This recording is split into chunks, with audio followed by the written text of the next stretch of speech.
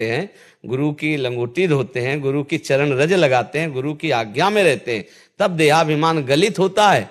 मंत्र मूलम गुरु वाक्यम महावाक्यार्थस्य विचार्यताम। जब हम महापुरुषों के द्वारा दिए हुए सूत्रों का मनन करते हैं, तब एकांते सुखमाश्यताम, एकांत में सुखासन में स्थित होकर वो अपने स्वरूप की तरफ जाता है। स्थूल शरीर, सूक्ष्म शरीर, कारण शरीर, ये तीनों माया रचित हैं और इसी में मैं समा गया है भ्रमवश। कभी ग्रंथि नहीं पड़ी, पर पड़ गई ग्रंथि, यही जड़ चेतन ग्रंथि पड़ गई यद्यपि मृषा। अब देखो सच्ची बताओ, तुम लगता है ना तुम्हें कि तुम पुरुष हो? लगता है ना कि मैं देख रहा हूं, मैं भोग रहा हूं, मैं सुन रहा हूं? बिल्कुल नहीं।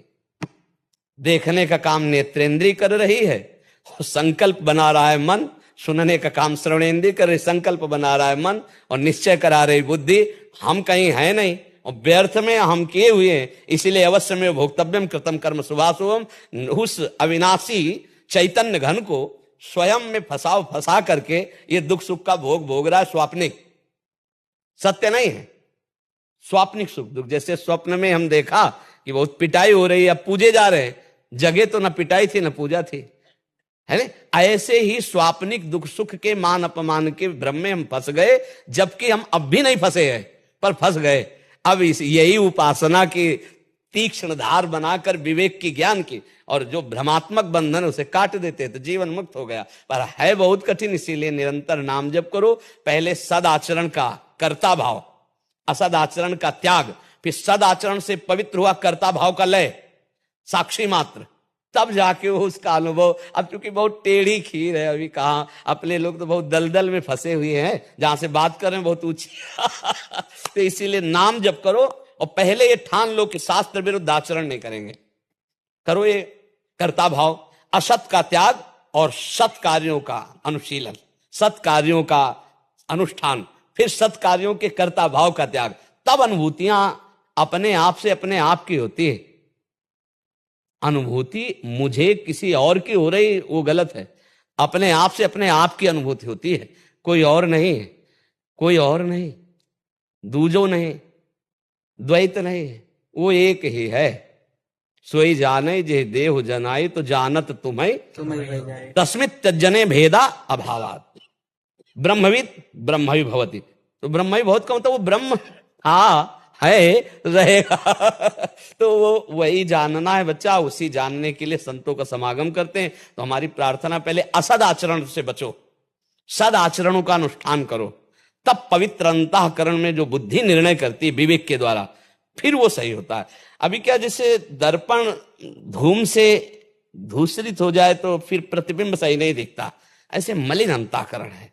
सद शास्त्रों का स्वाध्याय करो, सद विचार वाले महापुरुषों का संग करो, सद आचरण करो और सतनाम जप करो, जो गुरुदेव ने नाम मंत्र दिया है। संसार का चिंतन छूटना ही साधना है, कि इन किन प्रकार कैसे भी शरीर संसार का चिंतन होना ही असाधन है।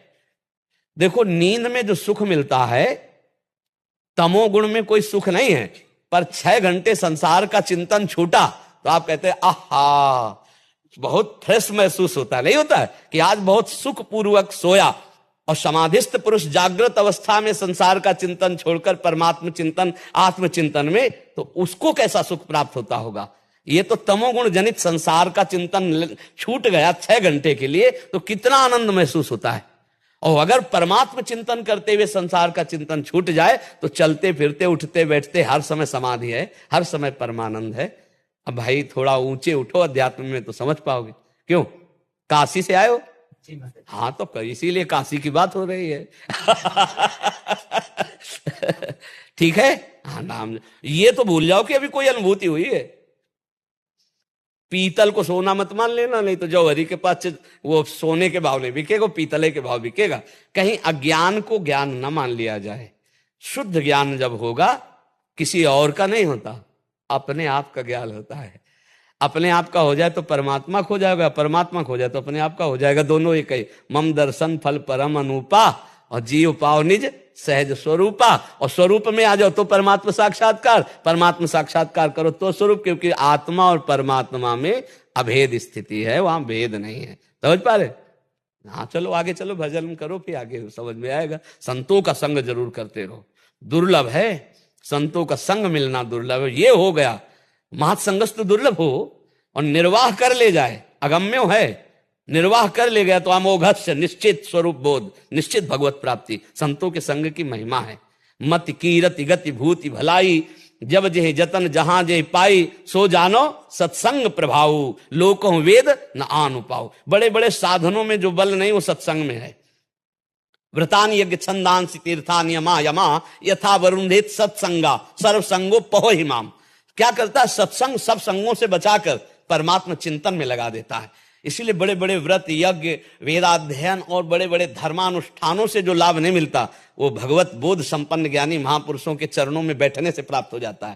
तात स्वर्ग अपवर्ग सुख धरी तुलाय कंग, तुलनताय सकल मिल जो सुख लव सत्संग। संत महापुरुषों का संग, सत्संग किसे कहते हैं? जहां बैठने मात्र से अपने दोष दिखाई देने लगे, जहां बैठने मात्र से अपने को भगवत प्राप्ति की जिज्ञासा, जहां बैठने मात्र से हमारा क्या स्वरूप है, हमारा क्यों जन्म हुआ, ऐसे प्रश्न उठने लगे, वो सत्संग है। जहां धर्म अर्थ काम तीनों से रति हट जाए, केवल मोक्षाभिलाषा जागृत हो, केवल भगवत प्रेम की बात जागृत हो, तो जान लो सत्संग हो गया सत्संग। और जहां कुसंग होगा वहां अर्थ की प्रधानता, भोगों की प्रधानता, नाना प्रकार के मान प्रतिष्ठा की बाहुल्यता, ये सब कुसंग है। सत्संग संस्कृति कर अंता, बड़े भाग पाइप सत्संगा, तो बिना प्रयास होई भव भंगा। ये केवल भगवत प्राप्ति, संत संग का मतलब है भगवत प्राप्ति। संत संग हो गया इसका मतलब है कि हमें अब निश्चित भगवत प्राप्ति होगी। अमोघस्य, अगर संत संग मिलने पर भी भगवत प्राप्ति न हो तब तो फिर दुर्भाग्य है, फिर कहां भगवत प्राप्ति होगी, किस मार्ग से होगी?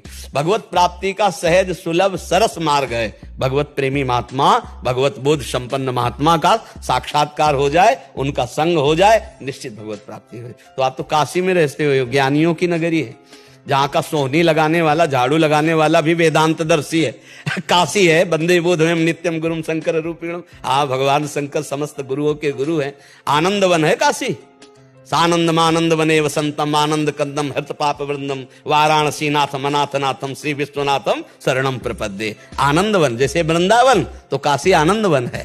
हाँ, काशी आनंदवन है। आनंदवन में रहकर आनंद से कैसे वंचित रह जाओगे? वहां विश्वनाथ जी के दर्शन करने जाते हो है? हाँ, विश्वनाथ जी के दर्शन करो, सत्संग सुनो और स्मरण करो।